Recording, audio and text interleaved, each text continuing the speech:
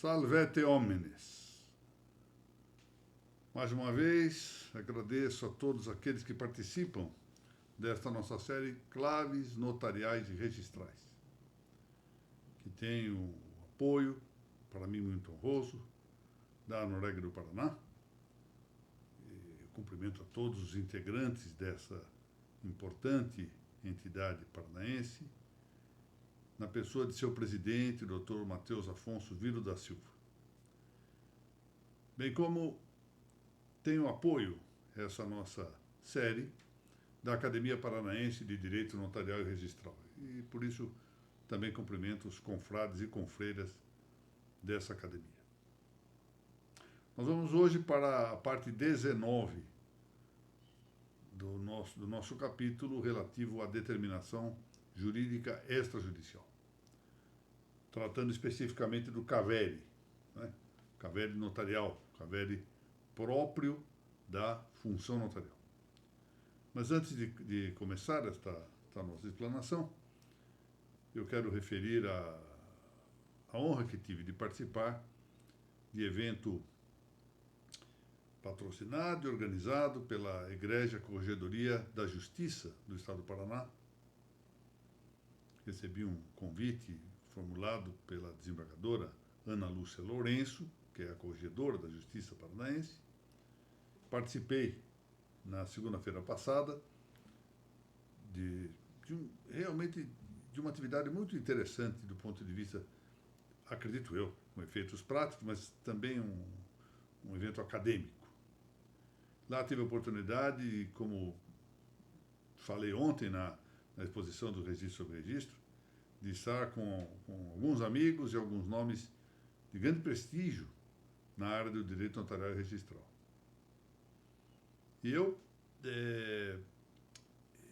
tive também a oportunidade de encontrar, fora do evento, o juiz magistrado paranaense Rodrigo Daledoni, que é nosso professor aqui da pós-graduação do Centro Universitário Católico Ítalo Brasileiro.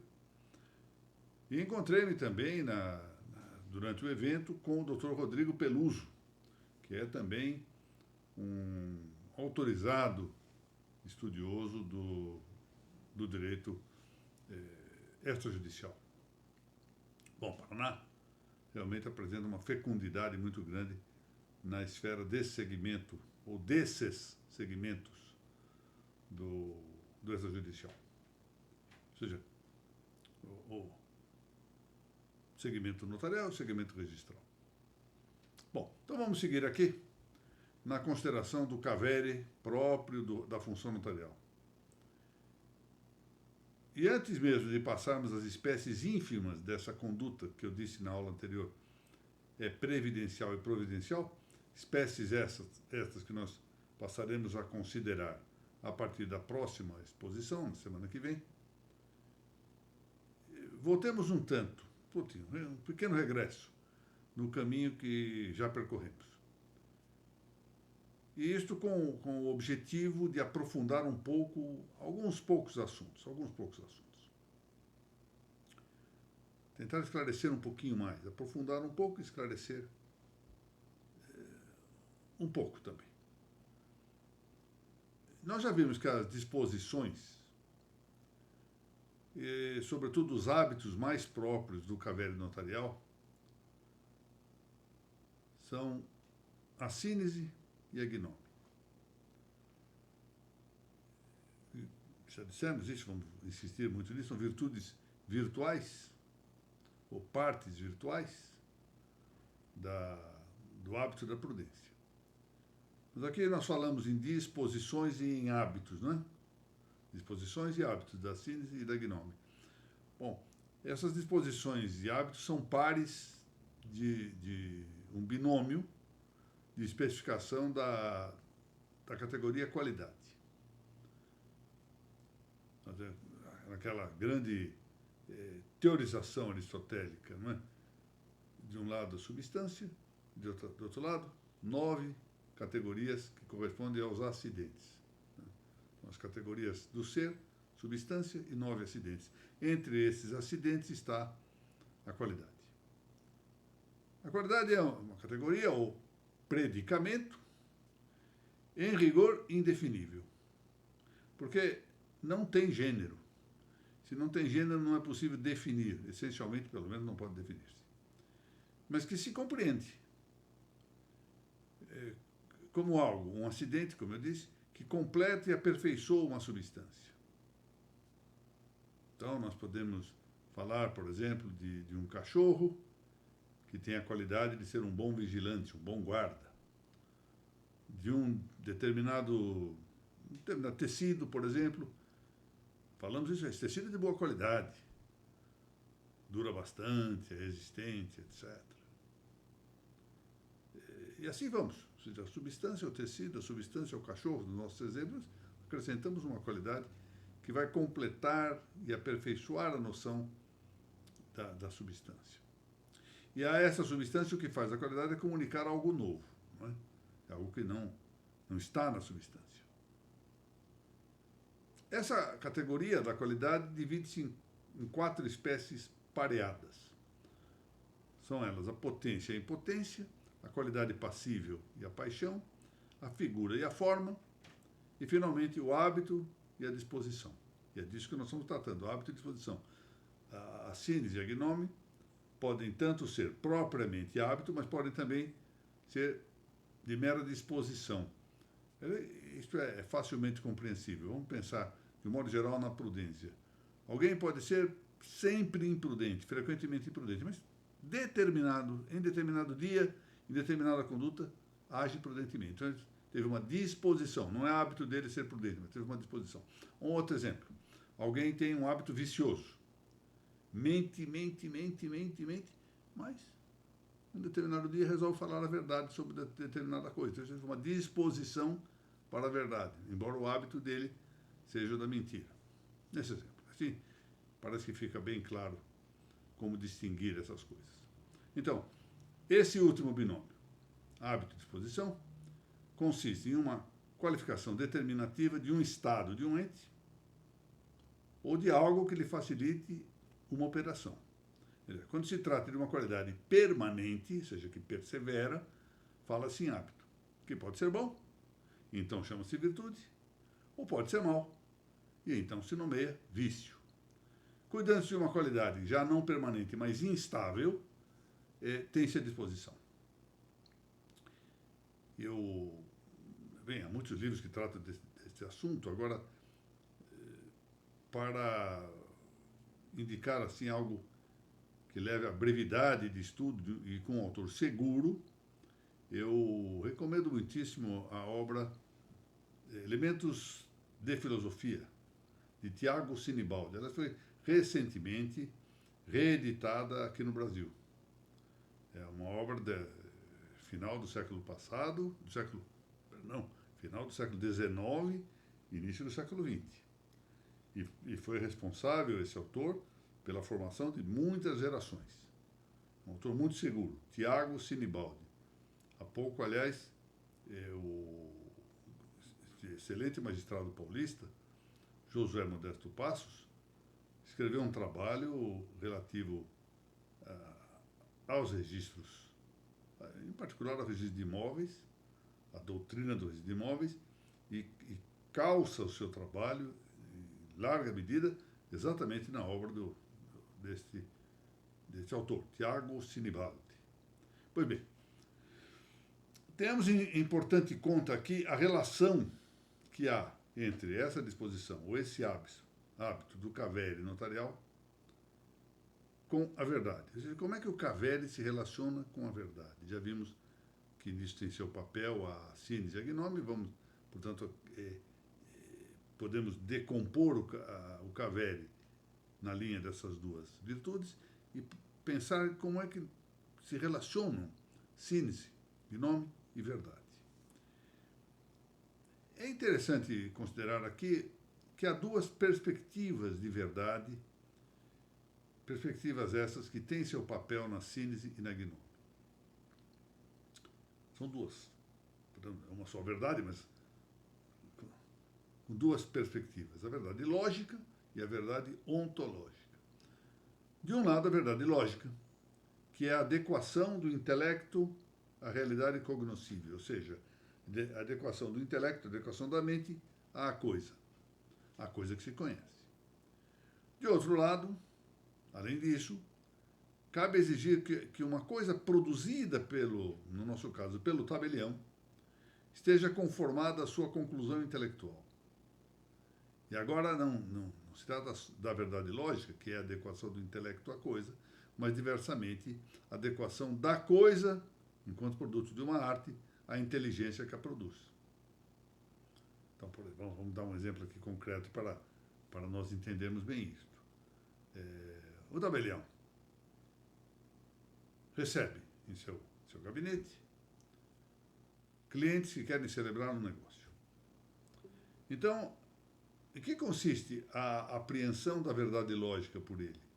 É verificar qual é a vontade dos clientes, o que é que eles querem efetivamente fazer, quais são os dados fáticos que a realidade lhe apresenta. E aí, então, ele deve adequar, ajustar, moldar o seu intelecto àquela realidade. Essa é a verdade lógica. Bom, aí ele produz um juízo do que vai fazer. Intervém no negócio e deve produzir, tanto internamente quanto depois como algo externo, ou seja, como um artefato, vamos supor assim, uma escritura. E essa escritura deve corresponder àquilo que é o juízo, o ato íntimo, o ato interno do tabelião. Portanto, já não se trata de a inteligência adequar-se à realidade, mas sim a realidade, chamemos assim, industriada, adequar-se ao intelecto do notário, no nosso caso, ao intelecto do tabelião, né? Então, na verdade, o que faz o tabelião é inventar. Inventar vem do latim invenio, mas aqui com o significado de achar, descobrir, e não de criar. Então, com a invenção, ele descobre, inventa a realidade das coisas. Inventa nesse sentido, de achar, descobrir que está na origem da palavra inventar, né? Eu já tinha mencionado aqui que nós, no direito é isto, invenção é achar, invenção é descoberta, não é? Mas, além dessa fidelíssima atitude de adequar-se à realidade, quer dizer, à verdade lógica, tem ainda o notário de exprimir seu juízo, o ato interno, em um produto, que é um documento, que sendo a sua a expressão assinaladora e comunicativa desse ato interno, deve então exteriorizar a verdade ontológica, ou seja, a adequação do que se produz à mente do produtor. Então nós temos aqui duas perspectivas da verdade que devem ser observadas pelo notário. Um segundo ponto que me parece deva aqui realçar-se diz respeito à síntese e, sobretudo, ao que hoje se apresenta relevante no campo da síntese. Tal vimos na exposição da semana passada, a síntese, que é uma das partes potenciais ou virtudes anexas ao hábito da prudência, já o terei dito ainda no início desta nossa exposição. A síntese consiste em um juízo reto para as condutas particulares. É a virtude, assim o ensinou Santo Tomás de Aquino, na Súmula de Teologia, é a virtude, disse ele, de julgar a verdade de tudo o que sucede conforme as regras comuns. Então, de acordo com as regras comuns, as pessoas formam um juízo, podemos dizer deste modo, um juízo sensato. Um juízo que está de acordo com aquilo com que ordinariamente acontece. Seria certamente interessante que nós meditássemos aqui sobre a relação entre a sínese e um outro hábito, que é a sindérese, o hábito natural dos primeiros princípios da razão prática, é também uma virtude intelectual. Mas Mas não é esta a ocasião adequada para isso, a oportunidade adequada para isso. Isso fica apenas aqui apontado. Um dia, quem sabe, podemos chegar a esta consideração. Baste-nos aqui a referência ao fato de que a síntese, apreendendo as regras comuns, corresponde a uma espécie de inteligência natural, ou, em expressões menos próprias, uma razão espontânea, um instinto intelectual, a que pode atribuir-se a denominação de senso comum, inconfundível, note-se bem, com o sentido comum, que é uma das potências sensitivas internas humanas. Aqui é o senso comum, sensatez. E como o senso comum se diz comum? Porque é algo universal, porque em linha de princípio está presente de modo uniforme e constante em todos os homens. Calham bem aqui certas palavras sobre a formação desse instinto intelectual que leva, segundo o Garrigou Lagrange, a uma filosofia rudimentar do ser, uma apreensão rudimentar do ser. Essas palavras, eu dizia, de um autor interessantíssimo, Tzvan Todorov. Tzvan Todorov. Ele tem um livro, há outros livros também traduzidos, mas ele tem um livro muito interessante chamado A Literatura em Perigo, que merece muito ser lido. E ele dizia assim, que esse senso comum consiste em pensar colocando-se no lugar de todo e qualquer ser humano. Ou seja, é o pensamento comum, todos pensariam assim, todos nós pensaríamos assim. Pode, pois, então, falar-se acerca do senso comum numa verdadeira metafísica natural da inteligência humana, uma expressão utilizada por vários autores, entre eles Henri Bergson, muito embora se deva colocar aqui uma certa reticência quanto às teses de Bergson. Mas, enfim, ele fala na metafísica natural da inteligência humana e outros autores também falam nisso. Todavia, há um problema a apontar, e está em que, nada obstante, com essa razão espontânea, com esse mal designado, mas, enfim, interessante a expressão, instinto intelectual, instinto natural, cheguemos comumente a conhecimentos primordiais e fundamentais, há períodos em que isso pode não só fragilizar-se, debilitar-se, reduzir-se, mas até mesmo desconstruir-se. Então é possível, em determinado momento, que haja chamemos assim, um apagão do senso comum. Isso testemunha fartamente a história dos homens. De fato, pode ocorrer tanto individual quanto socialmente. E pode ocorrer o quê? Que a lei natural se entorpeça pela exuberância dos pecados humanos. Quando o homem se desvia de tal modo da ordem do ser e da ordem do bem, essa exuberância, essa exageração faz com que ele perca o senso comum, ou pelo menos que se fragilize muito o senso comum, quando não se suprima a atuação da sindérese e da síntese na qualificação da inteligência. Isso é interessante. Como vimos e deixei indicado aqui, isso é um fenômeno que não é de todo raro na biografia da humanidade. E por isso, já uma indicação antiga de La Fontaine apontaram uma dada tirania do espírito de cada século. Cada século tem seu espírito e esse espírito pode influir tiranicamente na formação do senso comum. E La Fontaine dizia que não se pode deixar de louvar o século em que se vive, porque isso significaria falar a ouvidos surdos. Também Romano Amério, que é um autor contemporâneo, denunciou no consagrado livro Iota Unum o que ele denominou de circiterismo histórico. Em italiano, cerciterismo histórico. Ele escreveu em italiano. O que é um cerciterismo histórico? É uma espécie de, mais ou menos, como do latim cerciter, algo que é mais ou menos isso.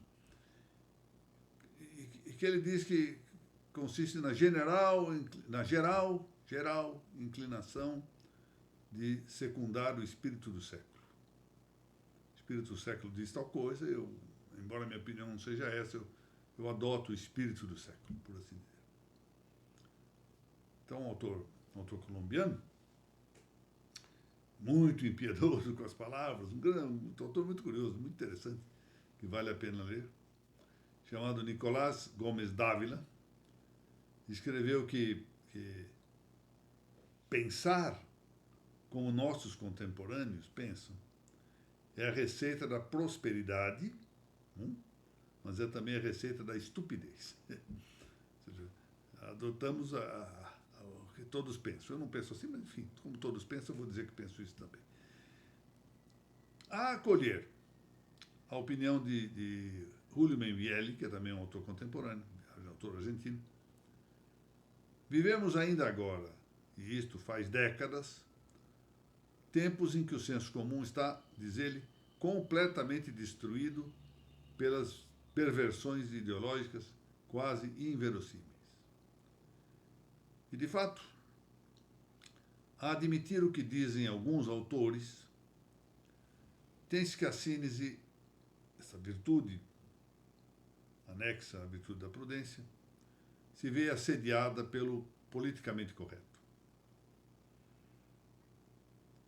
Assediada por lugares comuns, afligida por slogans, molestada por tópicos ideológicos que fazem hesitar, vacilar, desencorajar ou mesmo inibir larga parte dos juízos de senso comum. Parece que receamos enfrentar, nadar contra a aparente correnteza de opiniões.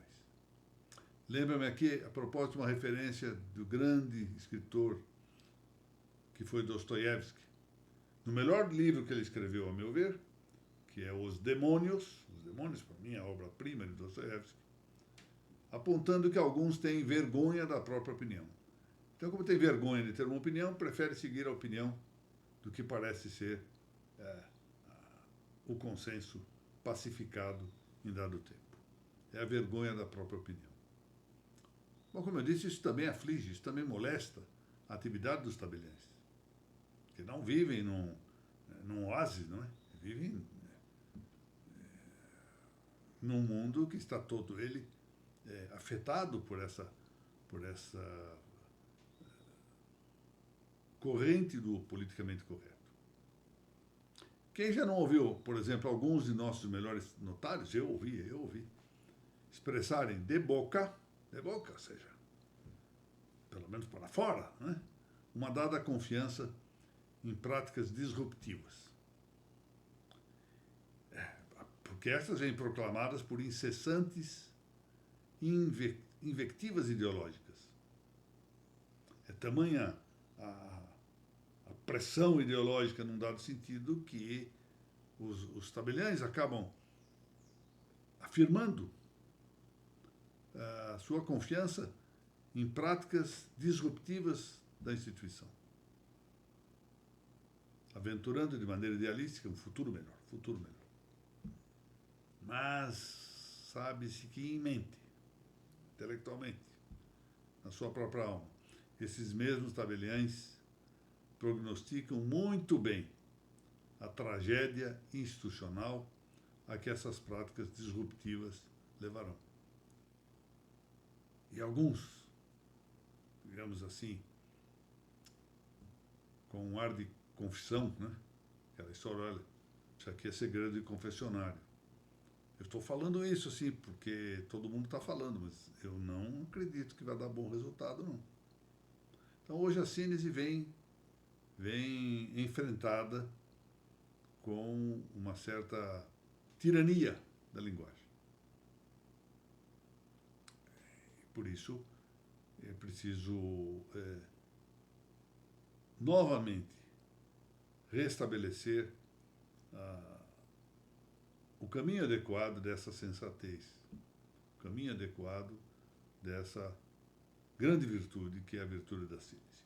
Nós vamos prosseguir aqui nesta análise. Por agora eu quero novamente agradecer a todos aqueles que nos assistem nesta série. Agradecer à Noreg do Paraná, ao Dr.